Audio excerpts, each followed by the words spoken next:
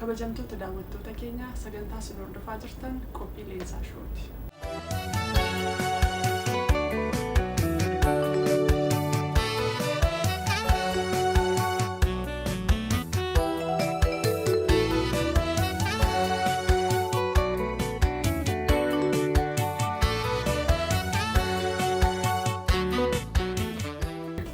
Sagantaan kun turtiisaa keessatti bashannansiisaa aadaa fi barsiisa adda addaa aartii Oromoo irratti xiyyeeffata.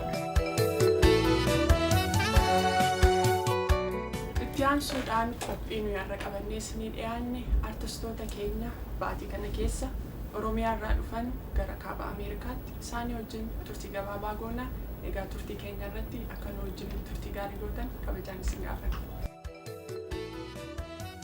Egaa kabajamtoota artistoota keenya baga nagaan gara leensaa showuu istiidiyoo keenyatti dhuftan isiniin jenna. Baga nagaan dhuftan. Baga nagaan eegdumsaa. Baga nagaan nu eegde. Gaddaa galatooma. Egaa akka artistoota keenya of nu beeksisanii isaaniin gaafadha. Eeyyoorraa akkan jalqabuun beeku. Egaa Oromoon hangafaaf qotisuu jedha. Hangafeenyu akka ta'e hin beeku. Jamboraan jalqaba. Hangafni Abbushii, Booran hangafni ani Tuulamaa. Hangafni Abbushiitu jalqabuun irra jira. Galatoom. Ani Wallisaa Abbush Sallagaan jedhani.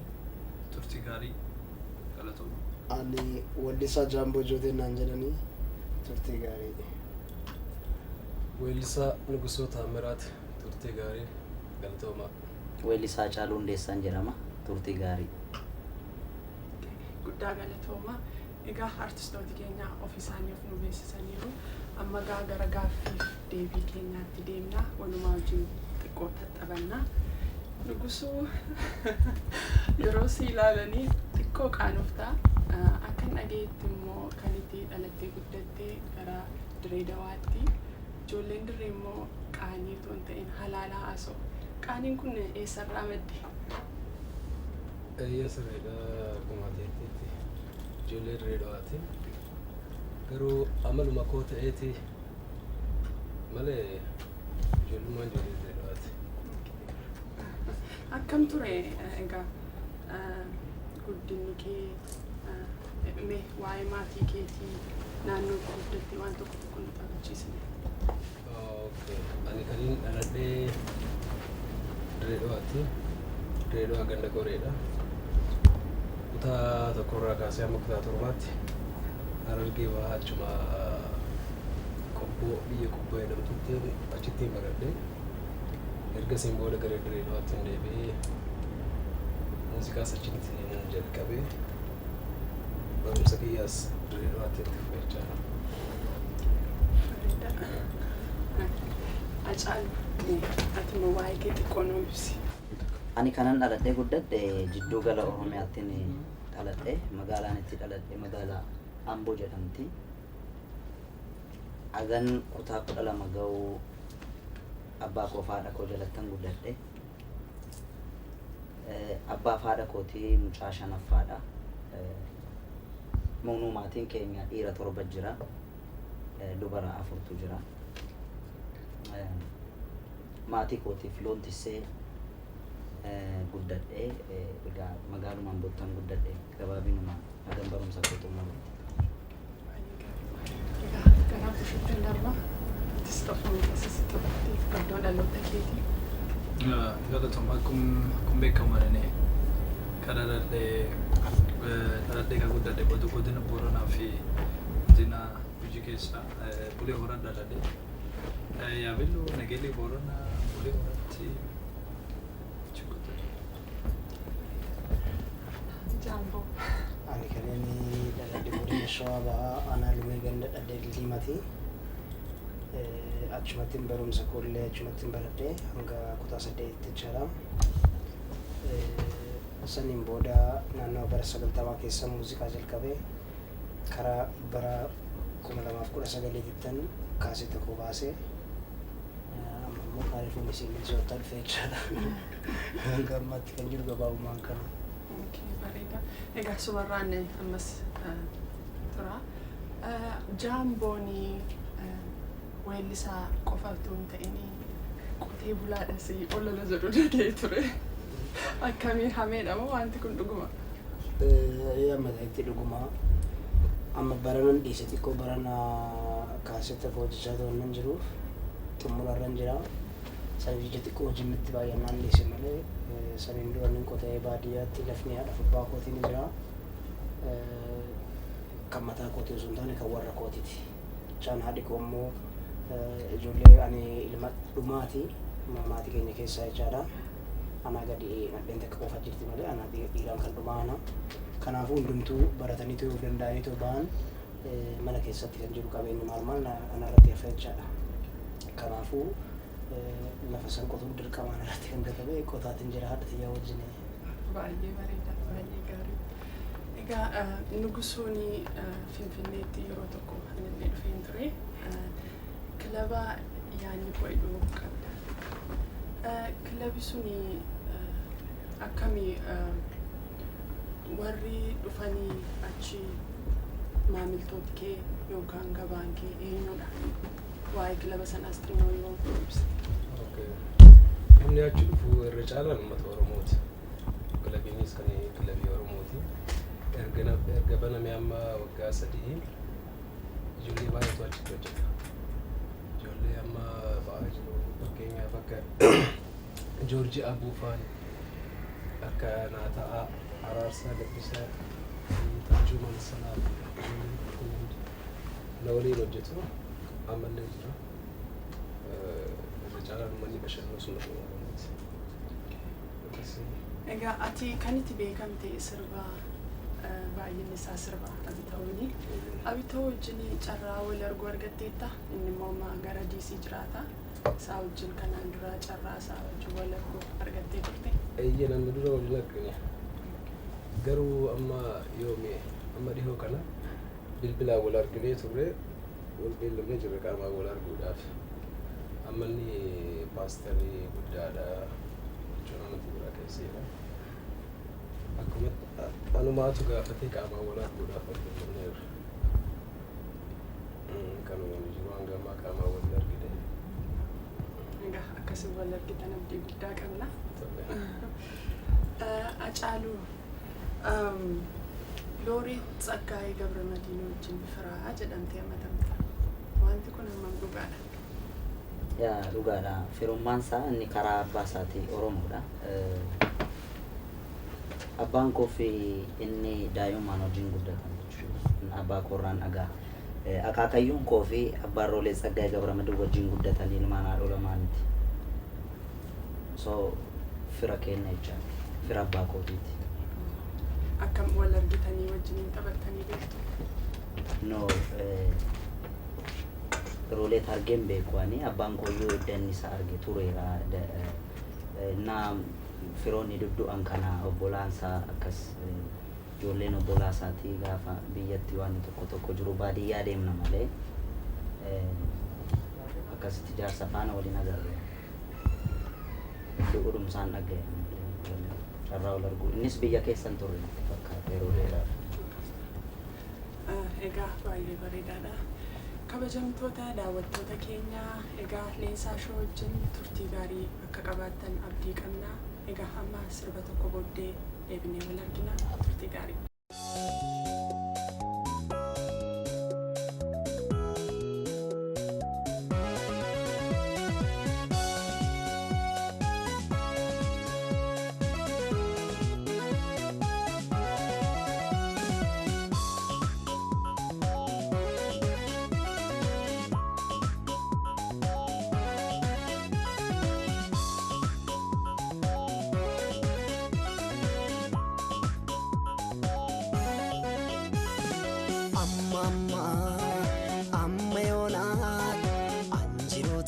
goota tamarraa sinna miidhee sinna moo'ee anjaladheen beeku kan biraa jiruu koobaati wal beena rakkoon nammiine takkuma wayyaa bareedana kootu lakkii kan kee kun adduma jiruu koobaati wal beena rakkoon nammiine takkuma wayyaa bareedana kootu lakkii kan kee kun adduma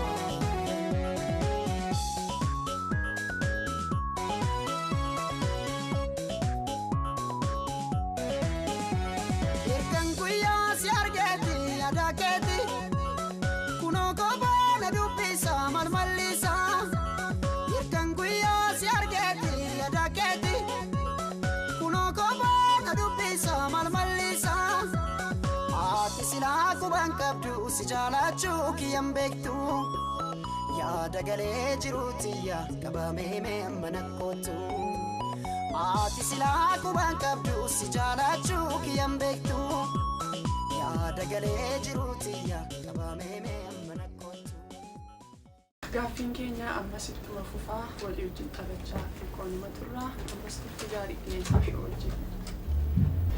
Egaa Abbush naannoo Booranaatti dhalattee guddatte mee aadaa Booranaa aadaa uffata isaanii mee waan tokko tokko nuu ibsi. Galatoom Oromoon aadaa hedduu qaba siigalee garuu jiraatutti. Uffati ammaan kanaan uffadhe uffata aadaa Gujiiti. Ka Boorana jechuun ani aadaa gara keenya jiru lachuu ibsuu fedha ka Booranallee ka Gujiillee. Kanaaf wal keessa keewwadha yoo wayyaa naqadhu guyyaa tokko tokko ka'um Gujiin sirbaa yookaan ka'um Gujiin uffadha yeroo tokko tokko immoo ka'um ka Booranaa uffadha kanaaf yaadii an qabu aadaa gara keenya jiru hagum danda'e ibsuu fedha akkatiin uffata na gaafattee fakkeenyaaf kun lichoo jedhani kun immoo horooroo jedhama kunini ruufa kun kallacha Booranii yookaan Gujiin wayaa kana ka uffatu fakkeenyaaf abbootii Gujiitti wayaa kan uffata dargaggoon wayaa kan uffattu ani immoo wayaa kan garsiisuu fedha sii galee ka gubbatti uffatani kanuma lukeen gargar gorte yoo uffattu wayaa kan ka uffattu yoo jilii jiraate fakkeenyaaf gomigaayoo yoo jilii dhibii jiraate fuudha yoo ilmi dhalte wayaa kan uffatta akkasiin bareeddee deemtu jechuudha.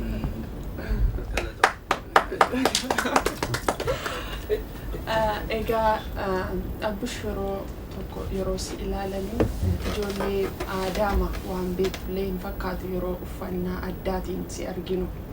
Aadaa kana baruma barbaaddeetu moo warra keerraa fudhatte moo akkami yeroo akkaataan guddina keeti aadaa kanaa wajjin kan wal qabatee jiru? Dhugaa jechuun ani akkuma sitti ani beeku ganni kiyya yeroo sun hin beeku si galee soorillee waachoodha baadiyyaa Gujii keessa jechuudha achitti yoo guyyaa gartee guyyaa gabaa dhufanii galanu warri baadiyyaa hin sirban an xiqqa ta'e jidduu warra keessa taa'ee umri kiyya hin beeku si galee waan warri taphatan sun waan warri weeddisan suni yoo hin beekinillee dhagaa guddadhe si galee achiin dudduuba bulee horaa dhufee bulee horaati immoo gara Booran deemee Booran keessallee baadiyyaa keessa akkas guddoo dedeema kanaaf achillee yoo deemtu immoo guyyaa jilaa guyyaa qoraa ani hin dhabamu dhagaa guddadhe kanaaf eegisuun waan muuziqaa baradhee gar muuziqaa toseenu immoo aadaa kan sirbuu malee aadaa kan guddisuu malee akka danda'u jedhee marroo yaaduuf kanaaf garaadaatti illee gara ammayyaatti illee gallachuun jira. Baay'ee gaarii guddaa galatoomaa. Egaa Jaamboo foon diiminaa baay'ee jaallataa jedhanii si hamatu. Kanammoo hiriyootuma kee irraan dhaga'e. Akkami wanti kun amma dhugaadha. Ni jaalladha. Hundumtuu immoo sababa kootti nyaachuun isaaniitti sinee garuu anumatti maqaan ba'e ta'us ni jaalladha. Foon diiminaa ni jaalladha. Hedduu namatti tola. Hacaaluu. Hacaaluun otoo sirbituu hin taane maal ta'a ture? Otoo sirbituu ta'uu baate gaa fiiziksii kanan danda'u malee silaa xiyyaara waraanaan ari'uu barbaada. Baay'ee yaada bareedaadha. Firaan hin taa'ala. Fira simmoo hin qabnu achi keessa.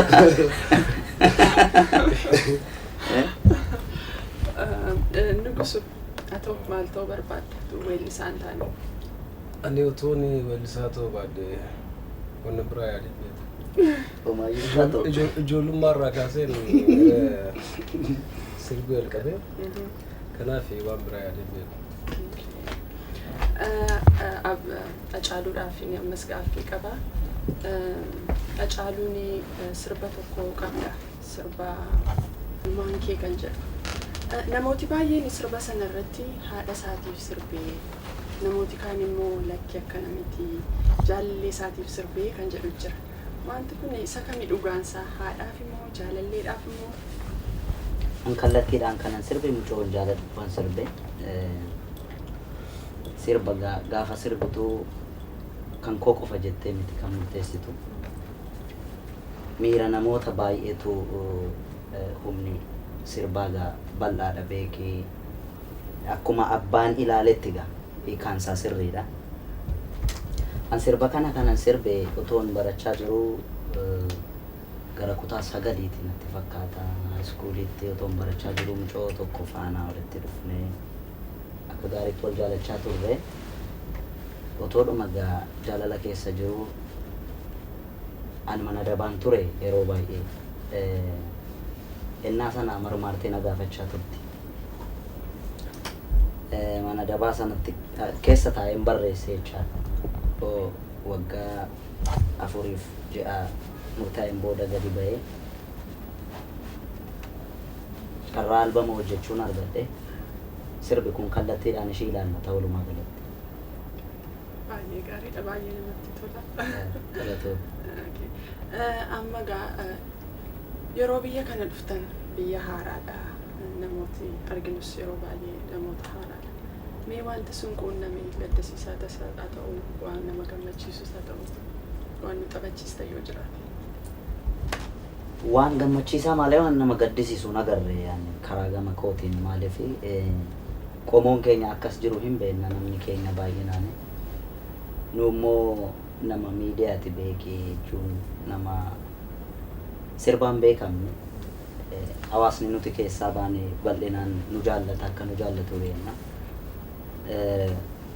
Gatii kanaaf akka nam kamiyyuu irra deemnee nama keenya faana wal quunnamuun baay'ee ulfaataa ture. Gaafa rabbi jedhe waan hundumtu ta'a. Erga as dhufneen booda immoo maal gaafattaa? Oromoon egaa nama isaatiif miti akkanaa galutti akkam beekuttisi. Alagaafu waan inni dabarsee laatuuf waa hedduudha. Keessummaadhaan illee gaafa mana isaa dhaqxu yookaan sireerraa bu'ee walumaa galatti nama isaatiif miti keessummaadhumaafuu iddoo qabachuufan xinnaan sii gabaabsu. Egas dhufneerraa kaasee waa tokko dhiphanne hin beeknu. Kabaja isaan nuuf qaban egaa kallattii garaagaraatiin nu ibsaa jiru. Yaadda hin rakkannus. Abdiin qaba. Egaa Nugusu yeroo biyya kana dhuftanii wanti nama kofalchiisu waan adda sitti ta'e wanti si quunnamee jira? Wanni addanatti ta'e manni gaafa Minisootaa dhufnus gaafa biyyirraa DC dhufnus manni akka gaariitti nu simate. Santu waan haaraa natti ta'e malee wanni haaraa kan biraan argine baay'ee nu keessummeessaa jiru baay'ee nu gammachiisaa jiru amma ammaatitti uummata kanaaniin galatoomaa jechuu barbaadanii wanni uummata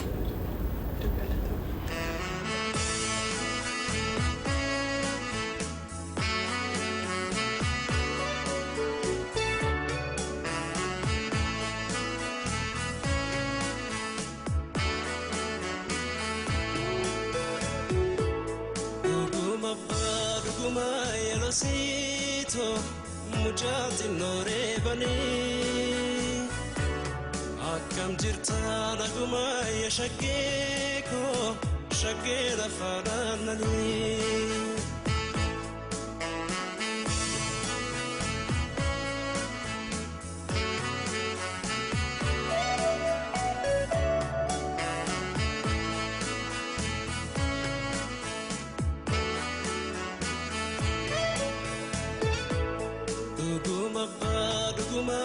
Sito mujati nore bani akkam jirta naguma ya shageko shagera fadanani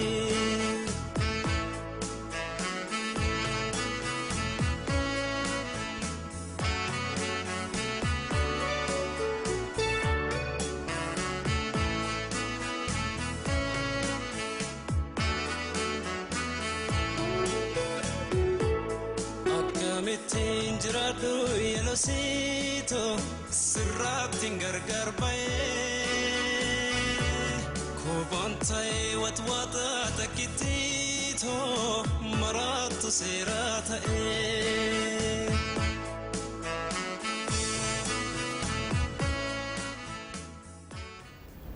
Ya abush amma albama hara basa jirta albama sunis why albama sanarratti toko waan jettu yoo jiraate albama haaraa callaaniti ka hojjetee riyaa kiyyaa caalulleen hojjeteera nu lachuu hojjenneerra albama sun gubbaa waan haaraa hin jira waan haaraa jechuun fakkeenyaaf aadaa kanaan dura albama ka dura gubbaa kan hin taphanne aadaa hedduu taphadheera ka albama haaraa ammaan kan gubbaa kanaaf gara yaadaan illee gara muuziqaan illee haga danda'uun hojjedheera atillee nu dhageette guyyaa sun yaadannaa kennite jechuudha. Eegama jirra guyyaa sana kana gama biraatiin immoo eelam Hillemma eelammaa jechuun maal jechuudha? Hillemma jechuun sirba aadaa Oromoo Gabraati. Sabii kun kan jiraatu Booran keessa. Hillemmaan immoo guyyaa inni taphatamu guyyaa cidhaati. Hillemma jechuun waan bareedaa jechuudha. Guyyaa cidhaa gartee atiin fakkeenyaaf gara dubartootaan ka faarsitu ta'e ani immoo gar dhiiraatiin faarsa jechuudha. Gurbaan keenya akkasii waan akkasii qabaa akkana dhufee lafa fagoo dhufee akkasii jedhee ani ibsaa. Atilleen intalli keenya akkasii intalli keenya dubraa akkasii jettee atilleen gar intalaatiin waan intalaa ibsite jechuudha. Ibsa malee akka yeroo amma soddaan manatti ol galu dibbee rukutanii arrabsan sana miti jechuudha. Gossuun ta'ee arrabilleen kee jira. Kuniin arrabilleen kee jira. Fakkeenyaaf barcumaan baambaa hellemmaa mijuun baraara. Kun jechuun waan inni qabatee dhufu ibsuuf. Deebitee ishiin barcumaan damee hellemmaa mijuun kee qabee jechuun waan aanan ittiin qabatanii dhufan. Sigalee waan sun xiqqeessuuf barcumaan damee jechuun baambaa jechuun muka baambaa jedhanii jira sigalee muka jajjaba. Barcumaan nuufinne muka sun irraa hojjetame ishiin immoo baambaan itti dame. Muki ati qabattee dhufte yookaan waan ati qabattee dhufte waan irraa tolfamu irraa hojjetame dameedha mukin taane jettee ishiin akkan jettu ani immoo wal faarsina wal qoosna akkas jechuudha. Sirba aadaa Oromoo Gabraati. Jaamboo egaa albamni koo dhiyootti amma karaarra bu'ee jira jetteetti. Albama kana egaa yoomitti haa eegnu? Maal fakkaata? Waa'ee isaa xiqqoo nu taphachiisi. Albamni kiyya gama kootii waan irraa eegamu jedheefteetiin jira. Egaa amma gama qindeessitootatiin jira, gama miksiingitiin jira. Wanta ogeessonni biraa na gargaaranii jira jechaadha. Sani kan hin xumurarra jiru isa fixaatiin jira. Albama kiyya ammaati irratti immoo beekumsa kanaan dura beekurra amma ta'ee gama ogummaatiinis maal irratti dabaleetoo amma danda'u jedheetiin jira. Yeroo narraa fudhatu yeroo gabaabaadhaan jedha malee akkasumatti guyyaa akkanaa illee dubbachuu hin danda'u. Garuu waggaa kana keessatti hojjedhe kanan fixe qilleensa naannoo egaa ammoo kan waadaa galu akkuma Hacaaluu fi Abbush maastara fidanii dura asitti hojjetaniitu qilleensarra oolchanii saniin booda immoo biyya keessatti hojjetaniitu hin gurguru jechaadha. Anillee asitti maastara koo kan inni wanna godhe jechaadha jalqaba kan hin fedhetu maastara koo gurguru. Maaliif biyya kanatti maastara koo yoo gurgurte koopiraayitiin biyya kanaatii fi koopiraayitiin biyya keenyaa qixxee miti. Amma biyya keenyatti osoo maastara kee gurgurte achii deebiftee maastara san fideetu asitti nan gurgura yoo jette osoo achi as hin ga'in maastara kaasinni si durseetu as gahuu danda'a malee amma ta'een isaa ta'u koopiraayitiin biyya kanaa gaarii waan ta'eef maastara keessatti gurguraan asumatti dhageeffatama gara biraa seeraan deemu. Kanaafuu maastara kee gara biraatti illee geessitee gurguruu dandeessaa. Ergaas dhufne wanni hubanne kanaafuu kaasetta koonis kaa yoo rabbi jedhe waggaa kana keessatti ni fixa. Mee amma kana Abbushii fi kana Hacaaluu kana irratti ilaalla dura. Egaa fineen akka gaariitti guddaa galatoomii. Hacaaluu egaa sirbaa kaasetta haaraa akkati baastettee dhageenyeerrasi. Kaasetti kun mata dureen isaa maal jedhaa? Waa'ee kaasetta kanaa xiqqoo nuu jedhi. Egaa keessaas sirba tokko yoo nuu jechuu barbaadde. Mata dureen albamichaa akkuma isinis beeksisarraa argitanii waa'ee keenya jedhu. Waa'een keenya kallattiidhaan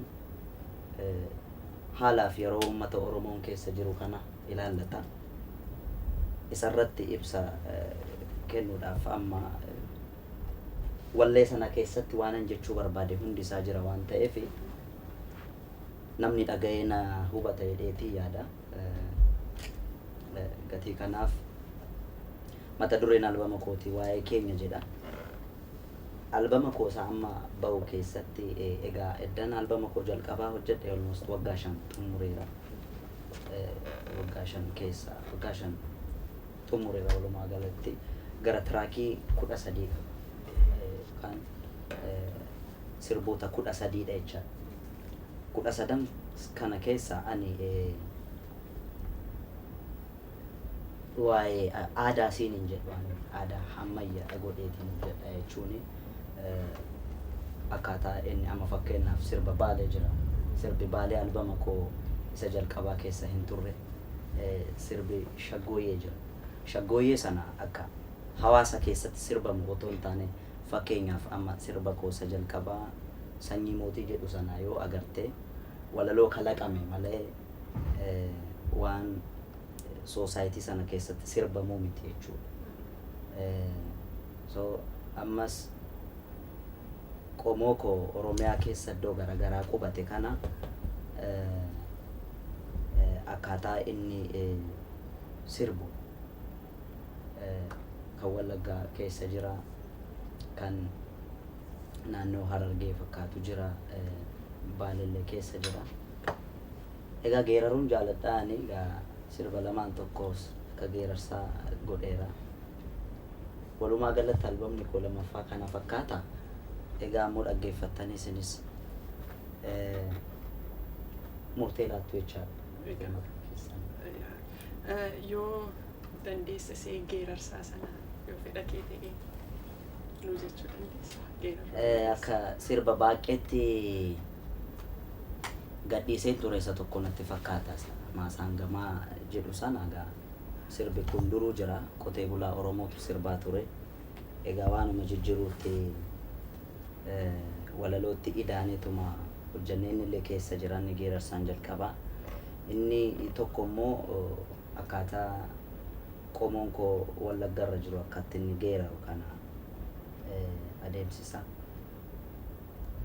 Nama barri miite isa qobaa deemu kan qobaa gungumu kan qobaa gungumu waa'ee isaa dubbachuuf otoo himuu ka'es dubbatameen dhumu dubbii dhiisee mixii wal qabattee laga ceetu laaleen deeme waa'ee isaa wallaalee warri jalaa qaban namaa bineensan qabu huleen cillee dhalee booda kodhollee dhalaat ilma abbaatti nuun baane keenya kuniyyuu fala akka ijaaf adaamii halaalatti wal'eensaatti kaanis seenaa dagate mana gumaa wal geessaa mana gumaataa malee mana gumaan hungeessine arabbunda dandeessa galatoom baay'ee hedduu namatti tola. Achumatti aansee gaaffii qaba. Sirba keessa geerarsa jettee isa dhageenyerraa hedduu namatti tola sirbi suni. Biyya ormaa dhaquun nama dhibu galuun nama dhibaa jette. Akka miidhaguus si dhibe moo amma galuus si dhibaa jira moo? Dhufuunis nan dhibne galuunis nan dhibne.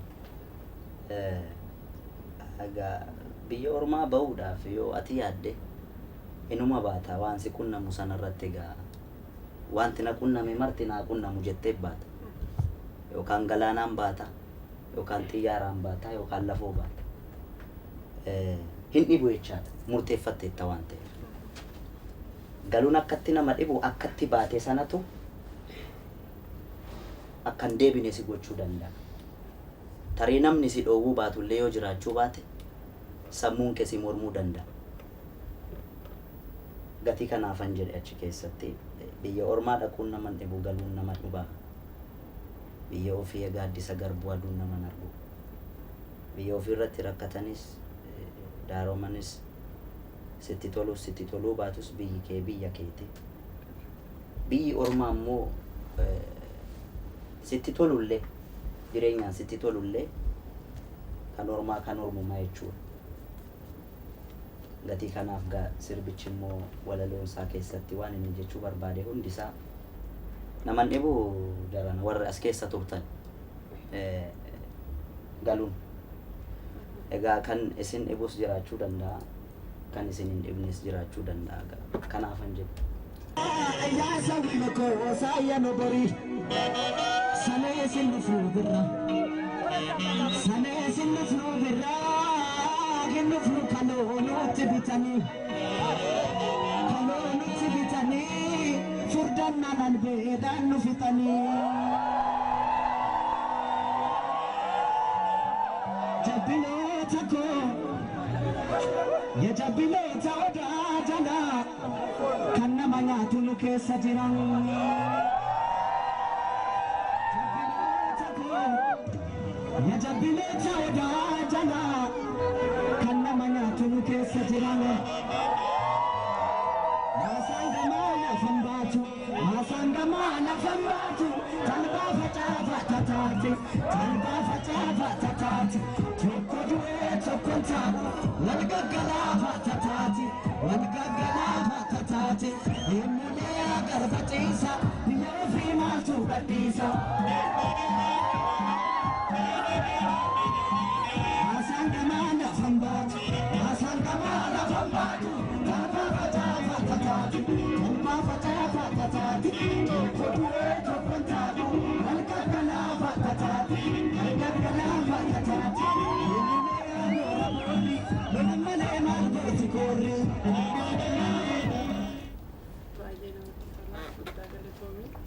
Nugusu, egaa siin immoo albama haaraadhaan yoomsi'ee si argina akkam irratti hojjechaa jirtama?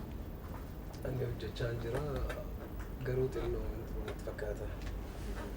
Ammotoon albama gadi dhiiseen duratti sirboota lamaan tokko gadi dhiisee yaalaa jira. Amma hojjechaa jira. Egaa yeroo dhiyoo gidduutti si argina waan jabaattii qabna. Amma gaa yeroo kanatti isteejaa kanas ni filaachuuf hin jedha. Acaalu gaaffii abushiin gaafattu qabda.